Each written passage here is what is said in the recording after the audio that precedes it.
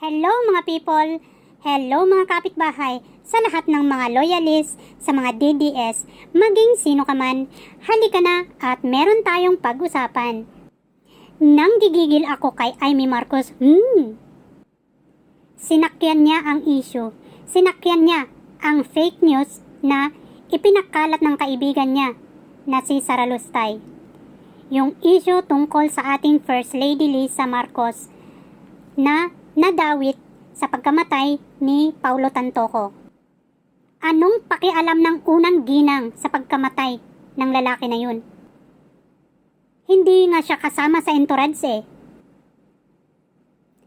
Ang asawa niya ang kasama ng unang ginang.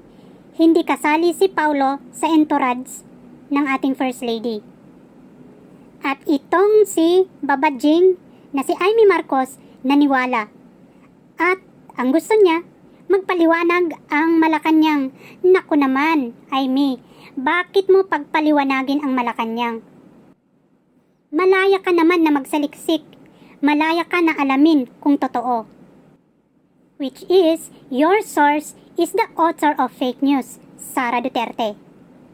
Hindi na nga pinapatulan ng ating unang ginang ang issue na yan. Pero ikaw, nahipag niya, walang hiya ka.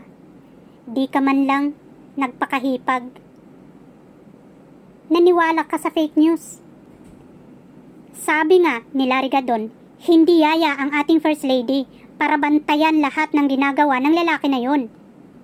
And for your information, Babajing Amy Marcos, ang hotel ni Tantoco ay magkaiba sa tinirhan ng ating First Lady. At alam niya na may sakit siya sa puso, bakit siya magte-take ng droga? Kundi ba naman eng-eng na katulad mo at ni Sara? At ano ngayon? Pahiya kayo sa sinabi ng US government.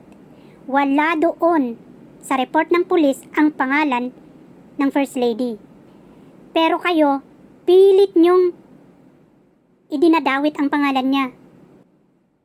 Baka naniwala pa nga kayo na naikulong siya doon. At kung nahuli siya na ikulong, sa tingin nyo, papayagan siya na makalabas kung isa siya sa mga suspect?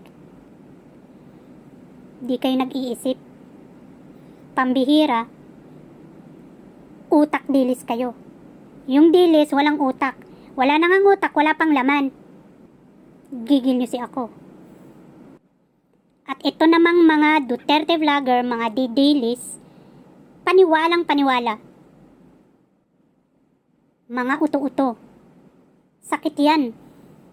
At hindi yan nagagamot. Mabuti pa ang First Lady. May project. Ikaw, Sara, wala kang maipakita na ginawa mo. Puro gala. Para kang si Dora the Explorer. Pupunta ka pa sa ibang bansa at sisirain ang gobyerno na nagpapasahod sa'yo. Huy, mahiya ka naman. Di ka naawa sa mga taong bayan na nagpapasahod sa'yo. Ninakawan mo pa. Tapos, hindi mo kayang ipaliwanag. Sasabihin mo, namumuliti ka. Ay, naku.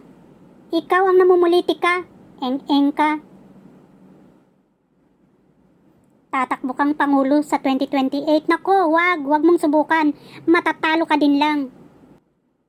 Sabi ng mga didilis, hintayin nyo ang 2028. Gaganti kayo? No way, alam na namin. Kaya nga hindi kayo mananalo eh. Dahil wala kayong alam gawin, kundi ang maghiganti na. Maghiganti sa ginawa nyo. Sa sarili nyo din ginawa. Tapos, feeling victim. Ang kapal talaga ng mukha mo, Sara Duterte. Parang balat ng kalabaw. Wala kang hiya. Sayang ang pinapasahod sa'yo ng gobyerno. Hindi ka karapat-dapat na tumanggap ng sahod dahil wala ka namang ginagawa. Ba't di ka na lang manatili sa ICC? Samahan mo ang ama mo dun.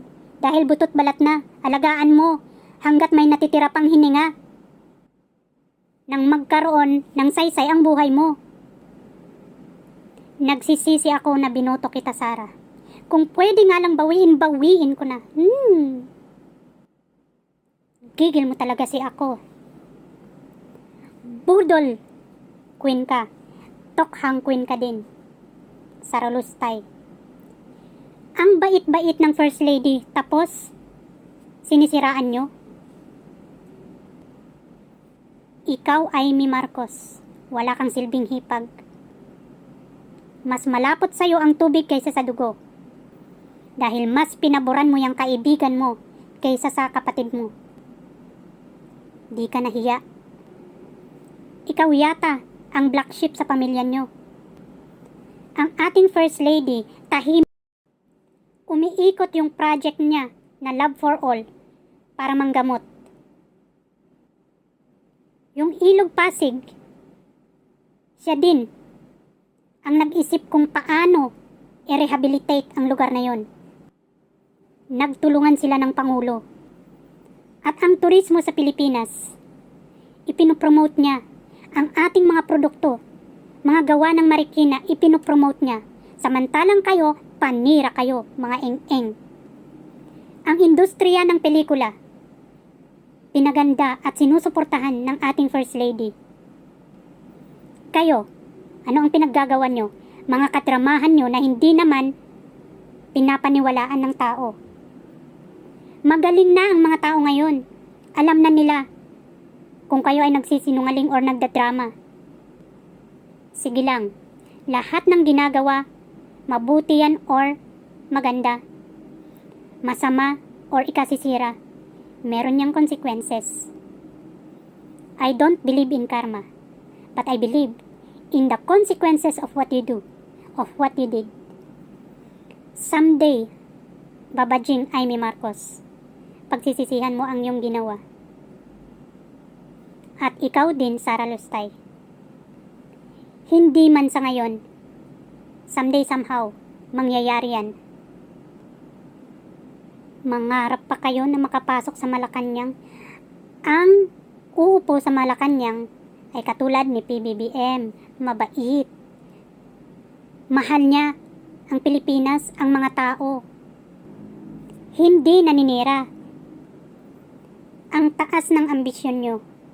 Naniniwala kayo na lahat ng mga nasa isip nyo ay tama. Lahat ng mga sinasabi nyo ay tama. At lahat ng napapakinggan nyo, dumarating sa'yo na info, pinapaniwalaan nyo. Sana magtrabaho kayo. Dahil yan ang mandato ninyo. Ay nako. Salamat mga kapitbahay.